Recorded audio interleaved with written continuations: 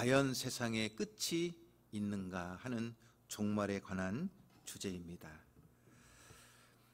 인류 역사를 통틀어 보면 한편의 사람들은 지구의 종말을 믿습니다.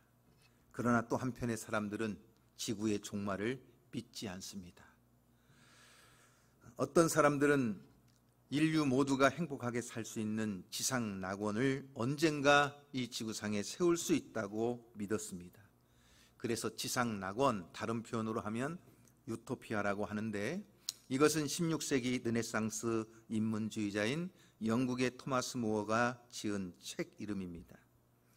이 책에 나오는 유토피아는 뭐냐? 가장 이상적인 정치 체계를 갖춘 상상의 섬이 하나 있는데 그 섬의 이름이 뭐예요? 유토피아예요. 이 책이 나온 이후에 사람들은 각자가 생각하는 가장 이상적인 나라, 가장 행복한 그러한 지역이 유토피아라고 생각을 했습니다. 그런데 여러분, 이 유토피아라고 하는 말의 문자적인 뜻이 참 재미있어요. 유토피아 무슨 뜻이냐? 어디에도 없는 장소, 이런 뜻을 가지고 있어요. 어디에도 없는 장소, 그게 뭐예요? 유토피아인데 사람들은 그 유토피아를 갈망한다는 것입니다. 또한 종교적인 신념을 가지고 지상 천국을 꿈꾸는 사람들도 있습니다. 그 대표적인 사람들이 시한부 종말론자들이요, 또 왕국휘관이라는 이름으로 곳곳에 집회장소를 세우는 여호와의 증인들이라고 할 수가 있습니다. 이들은 어느 순간 어느 때가 되면 이 땅에 지상의 낙원이 펼쳐질 것이라고 생각을 하는 것입니다. 하지만 반대로 지구가 멸망할 것을 두려워하는 사람들도 있습니다.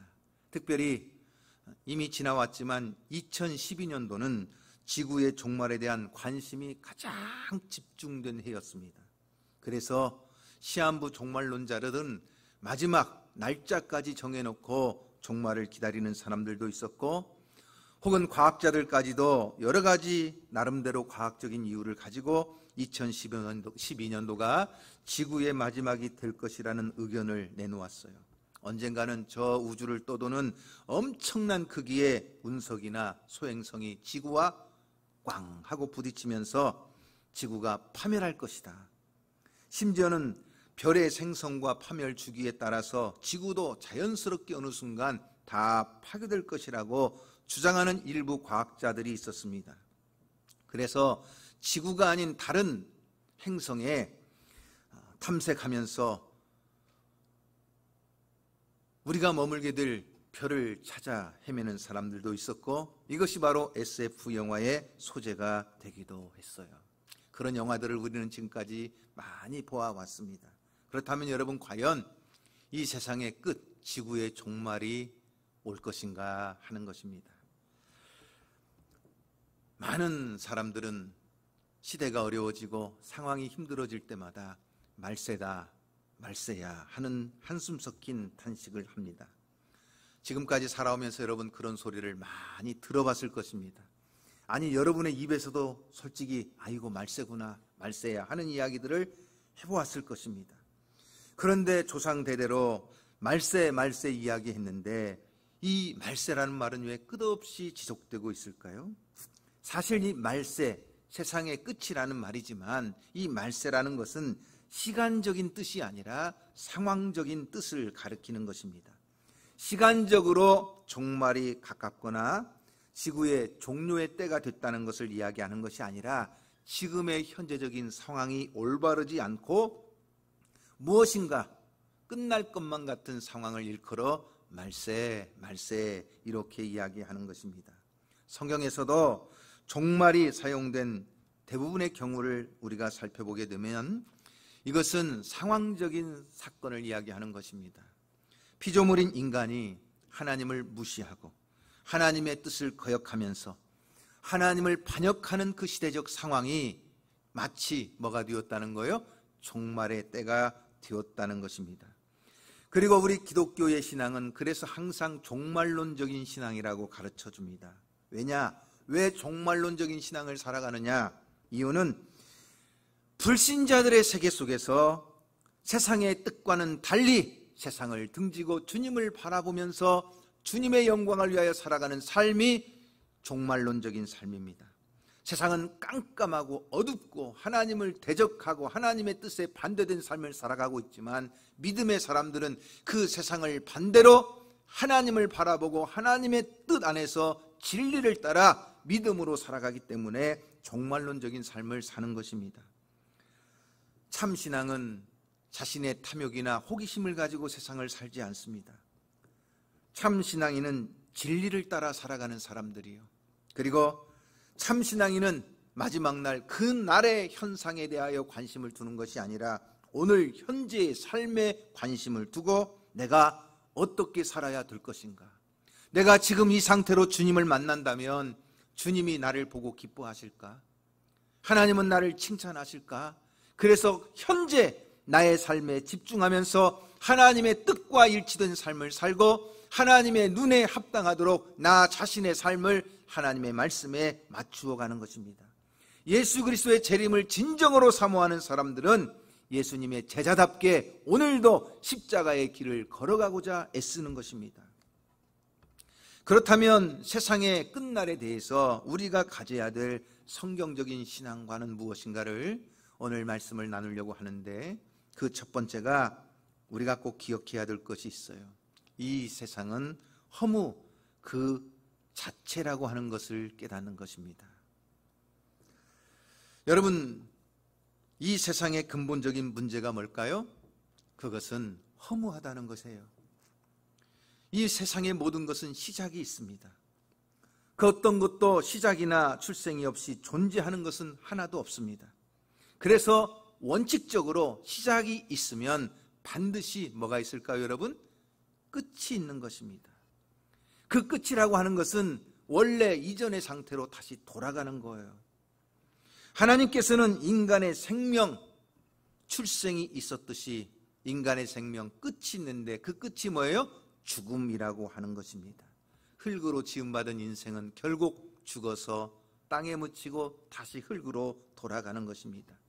그러므로 이 세상에 있는 모든 것들은 끝에 이르면 모든 것이 사라지거나 모든 것이 무의미하고 무가치하게 변해버립니다. 우리가 소유하고 있는 것들 영원할 것 같지만 뭐가 있어요? 끝이 있다는 것입니다.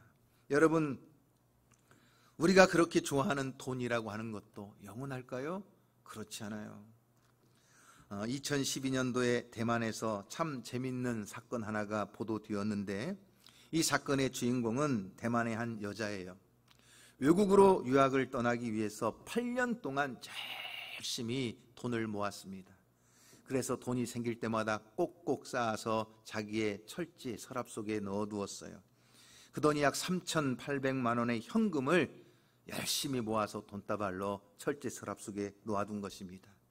이제 준비가 어느 정도 됐다 생각하고 유학을 떠나기 위해서 그 철제 서랍을 열었는데 그 모아두었던 지폐들이 심하게 훼손되거나 다 사라져버렸어요. 이유가 뭐냐? 그 철제 서랍 속에 흰개미들이 들어와 가지고 지폐 다발들을 갉아먹은 거예요.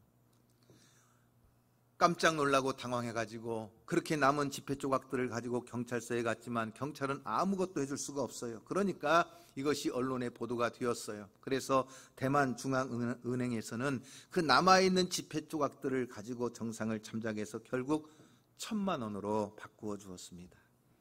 여러분 생각해 보세요. 피땀 흘려 모아서 쌓고 쌓아두어도 언젠가는 다 뭐예요? 사라질 수가 있다는 거예요. 이토록 허무하다는 거예요. 그래서 마태복음 6장 19절 말씀에 보면 너희를 위하여 보물을 땅에 쌓아두지 말라. 거기는 좀과 동록이 해하며 도둑이 구멍을 뚫고 도둑질한다는 거예요. 다시 말하면 이 세상에 있는 것은 결국 사라질 때가 있고 이 세상에 있는 것은 우리가 아무리 붙잡아도 끝이 있다는 거예요. 여러분, 사람들이 이 세상에 존재하는 최고의 보석을 다이아몬드라고 합니다. 그 이유가 뭐죠? 극한 환경 속에서도 그 품질과 형태를 가장 잘 유지할 수 있는 것이 뭐냐면 다이아몬드예요. 그래서 세상에서 가장 값진 보석으로 인정을 합니다. 하지만 여러분, 변하지 않을 것 같은, 사라지지 않을 것 같은 다이아몬드라고 할지라도 석탄과 같은 탄소로 이루어졌기 때문에 공기 중에서 수백 도의 열을 가하면 그 다이아몬드조차도 뭐예요? 이산화탄소, 즉 가스로 변해버린다는 거예요. 마치 그렇게 단단하고 변하지 않을 것 같은 다이아몬드도 이산화탄소, 가스로 변하듯이 이 세상의 모든 것은 결국 바람처럼 덧없이 사라지는 거예요. 여러분 얼마나 허무해요. 바로 이런 현상을 허무라고 이야기하는 거예요. 이 세상에 존재하는 그 어떤 것도 이 허무함을 벗어날 수가 없어요. 아무리 왕년에 이 세상을 뒤흔들었던 권력도 땅에 떨어질 때가 있어요. 아무리 힘센 용맹한 장수라도 그 힘이 떨어질 때가 있어요.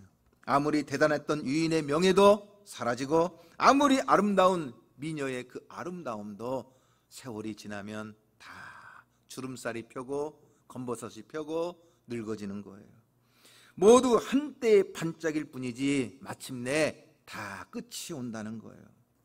아무리 과학기술을 총동원하고 아무리 그 허무함을 극복해 보려고 해도 여러분 생각해 보세요. 늙어지는 것이 얼마나 서러워요. 늙어지는 것이 얼마나 싫어요. 저도 요즘 아침에 세수하려고 거울을 보면 깜짝 놀라는 것이 뭐냐, 턱 밑에서 뭐가 반짝반짝거려요. 이게 반짝이는 게 뭔가 하고 봤더니 제 턱에서도 흰 수염이 나는 거예요. 검은 수염들 속에서 흰 수염이 막 생기니까 반짝반짝 빛나는데 참 제 얼굴을 보면서 제가 낯설 때가 있어요. 늙어지는 것이 싫으니까 피부 이식을 하고 또 성형수술을 아무리 한다 할지라도 여러분 늙는 것을 근본적으로 막을 수가 있나요? 아무도 없어요. 결국은 아무리 성형수술을 해도 그 성형수술의 부작용으로 오히려 큰 고통을 당할 수밖에 없는 거예요. 아무리 대단한 보약을 먹어도 아무리 엄청난 운동을 해도 모든 것은 허무하게 만들어버려요. 세월이라고 하는 것이. 그래서 우리가 막을 수 없는 것이 뭐냐? 세월이에요. 그 세월은 시간과 함께 우리에게 있는 모든 것을 다 하나둘 빼앗아가기 시작하는 거예요. 그래서 사도 바울은 인간을 포함한 온 세상 만물의 구원의 열망에 대해서 로마서 8장 말씀에서 이렇게 우리에게 설명해 주고 있어요. 다 같이 한번 말씀을 읽어볼까요? 자, 시작. 피조물이 허무한데 굴복하는 것은 자기 뜻이 아니에요. 오직 굴복하게 하시는 이로 말미암음이라. 그러면서 그 바라는 것은 피조물도 썩어짐의 종노릇 한 데서 해방되어서 어떻게? 하나님의 자녀들의 영광의 자유에 이르는 것이니라. 우리에게는 구원의 열망이 있어야 된다는 거예요. 피조물이 모든 세상의 허무한 것에 굴복하지만 우리는 하나님의 자녀가 되는 그 영광의 자유에 이르도록 구원의 열망을 가지고 살아가는 거예요.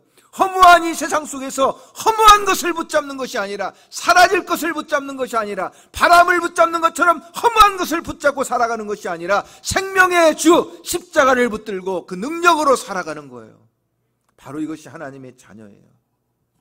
하나님은 세상의 끝, 종말이라고 이야기했을 때 이 세상을 파괴하는 것이 목적이 아니에요.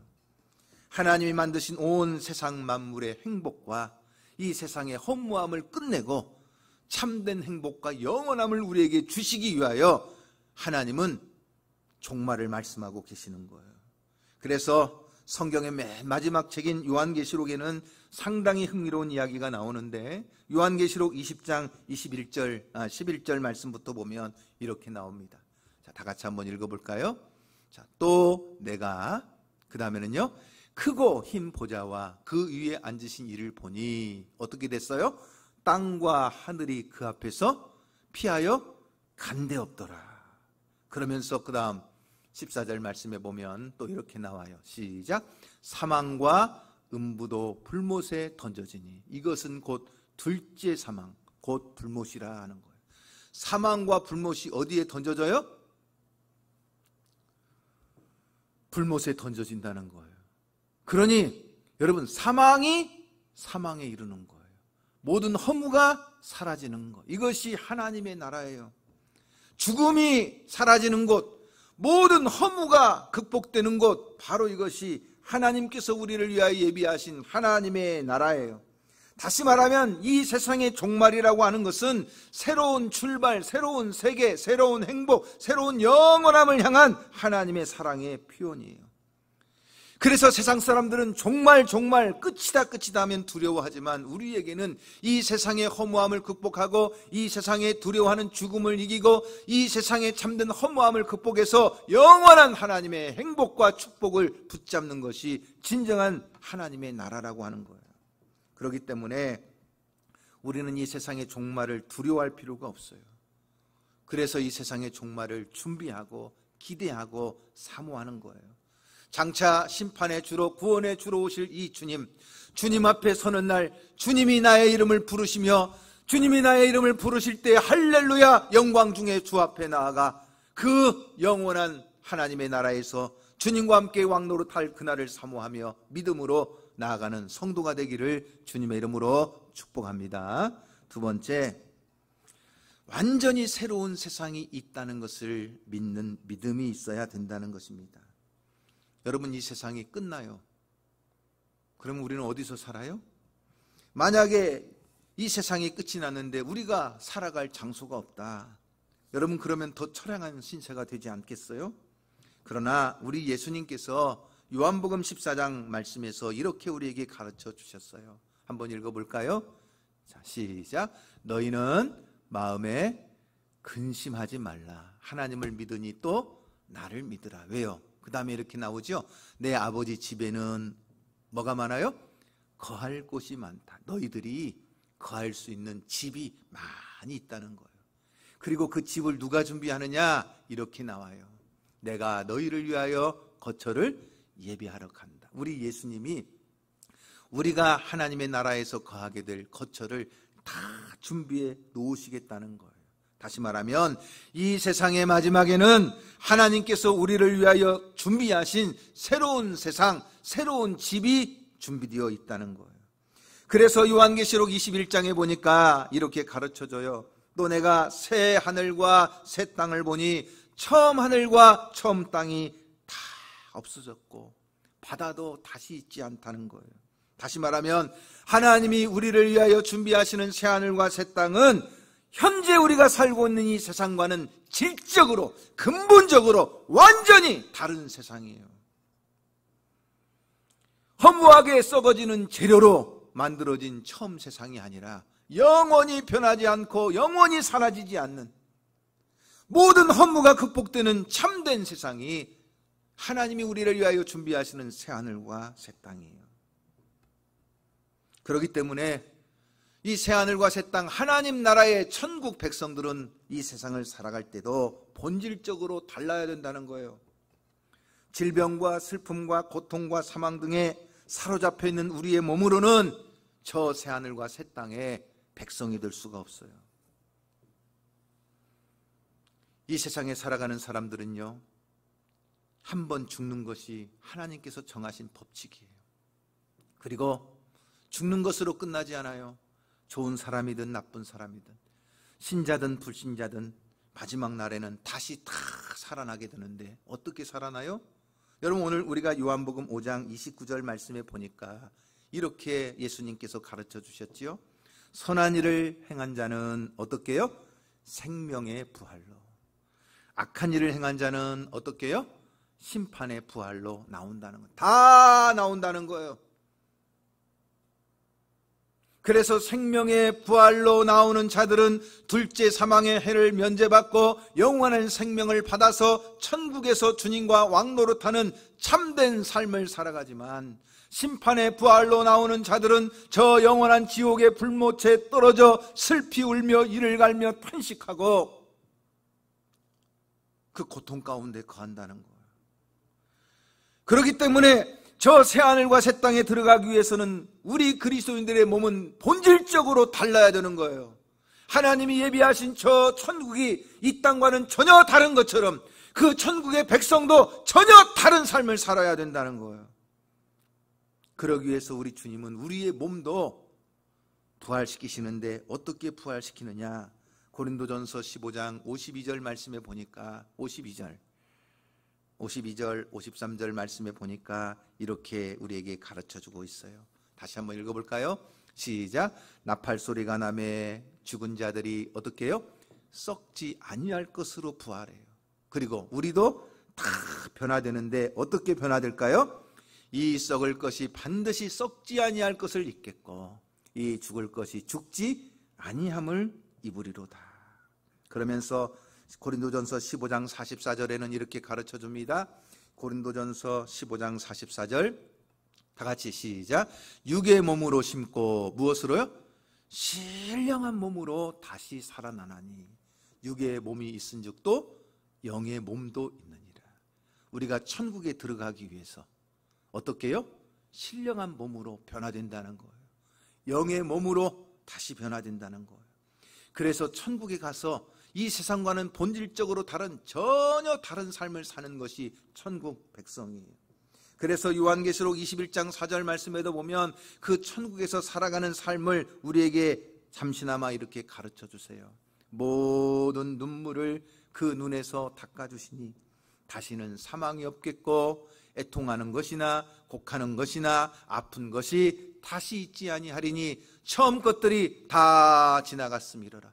이 세상에 살던 슬픔과 고통과 저주와 모든 불행은 다 사라지고 우리를 허무하게 만들고 탄식하게 만드는 죽음과 절망도 다 사라지고 오직 신령한 몸, 영광의 몸, 영의 몸으로 부활해서 천국에 살게 되는 것입니다. 전혀 다른 새로운 세상이에요. 여러분 한번 상상해 보세요. 이 세상에 살면서 선천성 소아마비로 평생 동안 뛰어보지도 못하고 축구 한번 해보지 못한 사람들이 죽어서 다시 부활했는데 여전히 천국에서도 소아마비로 살아간다. 그러면 여러분 어떻게 되겠어요? 아니 이 세상이나 저 새하늘과 새 땅의 삶이 뭐가 달라요? 그러나 신령한 몸, 영의 몸으로 다시 살아 변화되기 때문에 그 모든 것이 다른 전혀 새로운 세상의 삶을 우리가 살게 되는 것입니다. 이 세상에 사는 것은 늙는 것이 서러워요. 병든 것이 서러워요. 가난한 것이 서러워요. 배우지 못한 것이 서러워요. 하지만 저 천국에서는 그 모든 차별과 그 모든 불행이 사라지고 우리에게 참된 만족을 주시기에 생명수 강가에서 그 생명수를 먹고 생명나무의 열매를 먹고 마시며 참된 만족을 누리며 그 영원한 하나님의 복을 누리게 되는 줄로 믿습니다. 우리의 몸의 변화가요 단순히 흔히 영화에서 나오는 좀비처럼 그냥 다시 살아나는 것이 아니라 완전히 다른 몸, 이것을 신령한 몸, 영의 몸이라고 표현해 주고 있어요. 우리가 천국에서는 정말 다시는 애통하는 것도 없고 아픈 것도 없고 이별도 없고 고통도 없고 죽음도 없는 정말 영원한 행복을 누리는 몸으로 부활하여 그 천국에서 영생을 누리며 함께 살기를 주님의 이름으로 축원합니다. 세 번째, 그렇다면 그 하나님의 나라는 언제부터 있느냐 하는 거예요. 많은 사람들이 생각해요. 천국, 하늘나라, 하나님 나라 다 똑같은 말이죠. 천국은 여러분 언제부터 있어요? 어디에 있어요? 많은 사람들이 생각해요. 천국 그러면 죽은 다음에 가는 나라. 천국은 어디에 있어요? 아무도 몰라. 어딘가는 있을 거야. 이 지구가 아닌 저 우주 어딘가에 있을 거야. 그런데 성경은 우리에게 가르쳐 주기를 천국은 지금 이 순간에도 지금 여기에도 우리에게 있다고 가르쳐 주는 것입니다. 그저 죽어서 자녀들을 위로하기 위해서 엄마 하늘나라 가셨어, 아빠 하늘나라 가셨어, 그래서 그렇게 죽어서 가는 나라가 아니라 하나님의 나라는 지금 현재 이 순간에도 우리 가운데 임한다는 거예요. 바리새인들이 예수님에게 나와서 질문하는 그 질문 속에 주님의 답이 들어있어요. 누가복음 17장 20절 말씀부터 보시면 바리새인들이 예수님에게 이렇게 질문하죠. 다 같이 한번 읽어보겠어요. 둘째 줄부터. 자, 바리새인들이 하나님의 나라가 어느 때 임하나이까 묻거늘 예수께서 대답하여 이르시되 하나님의 나라는 볼 수 있게 임하는 것이 아니요. 그럼 어떻게 임한다는 거예요? 자, 21절 시작. 또 여기 있다 저기 있다고도 못하리니 하나님의 나라는 너희 안에 있느니라. 지금 이 순간에 이미 임하였느니라. 지금 이곳에 지금 이루어지고 있느니라 하는 거예요. 하나님의 나라는 이 세상을 허무하게 만드는 시간이 지배할 수 없는 곳이에요. 하나님의 나라는 이 세상의 재료와는 본질적으로 다르기 때문에 어떤 특정한 공간으로도 제한할 수가 없는 곳이에요. 그렇기 때문에 우리는 죽어서 하늘나라에 가는 것이 아니라 하나님을 경외하고 예수 그리스도를 영접하는 그 순간 우리 안에 이미 하나님의 나라가 임하는 거예요. 그리고 주님이 다스리시고 주님이 통치하심으로 내가 하나님 나라를 경험하며 사는 것이에요. 그래서 심령이 가난한 자는 천국을 볼 거예요. 천국이 저희 거예요. 왜? 이 마음의 교만함을 낮추고 자신의 모든 고집을 꺾고 하나님 앞에서 겸손히 가난한 심령이 되어서 은혜를 사모하는 심령 속에 이미 천국은 임하여 있는 거예요. 그래서 마음이 청결한 자가 천국을 보고 온유한 자가 땅을 차지하고 하나님의 아들, 딸이 되는 축복을 이미 누리며 이 땅 가운데 그 은혜로 살아가는 거예요. 죽어서 부활한 후에야 하늘나라 백성이 되는 것이 아니라 지금 이 순간 이미 우리는 하나님 나라 백성으로 살아가고 있는 줄로 믿습니다. 그렇기 때문에 여러분, 오늘 우리는 어두운 이 세상 가운데 천국의 빛을 비추는 하나님의 자녀예요. 하나님을 대적하고 하나님을 반대하는 이 불신자들의 세계 속에서 하나님의 뜻대로 하나님의 말씀에 순종하며 살아가는 하나님 나라의 백성으로 천국을 이루어 살아가는 저와 여러분이 될 수 있기를 주님의 이름으로 축원합니다. 세상 사람들이 다 성공과 욕심과 탐욕을 향하여 달려갈지라도 우리는 십자가 지고 그 주님의 길을 따라가는 참된 제자의 삶을 살아서 내가 하나님 앞에 섰을 때 칭찬받고 주님의 제자로서 상급을 누리는 저와 여러분이 될 수 있기를 간절히 소망합니다. 우리 이 시간 함께 찬송하겠습니다. 주님 다시 오실 때까지 나는 이 길을 가리라. 좁은 문 좁은 길 나의 십자가 지고 나의 가는 이 길 끝에서 나는 주님을 보리라. 주님 다시 오실 때까지 나는 일어나 달려가리라. 주의 영광 온 땅 덮을 때 나는 일어나 노래하리. 내 사모하는 주님 온 세상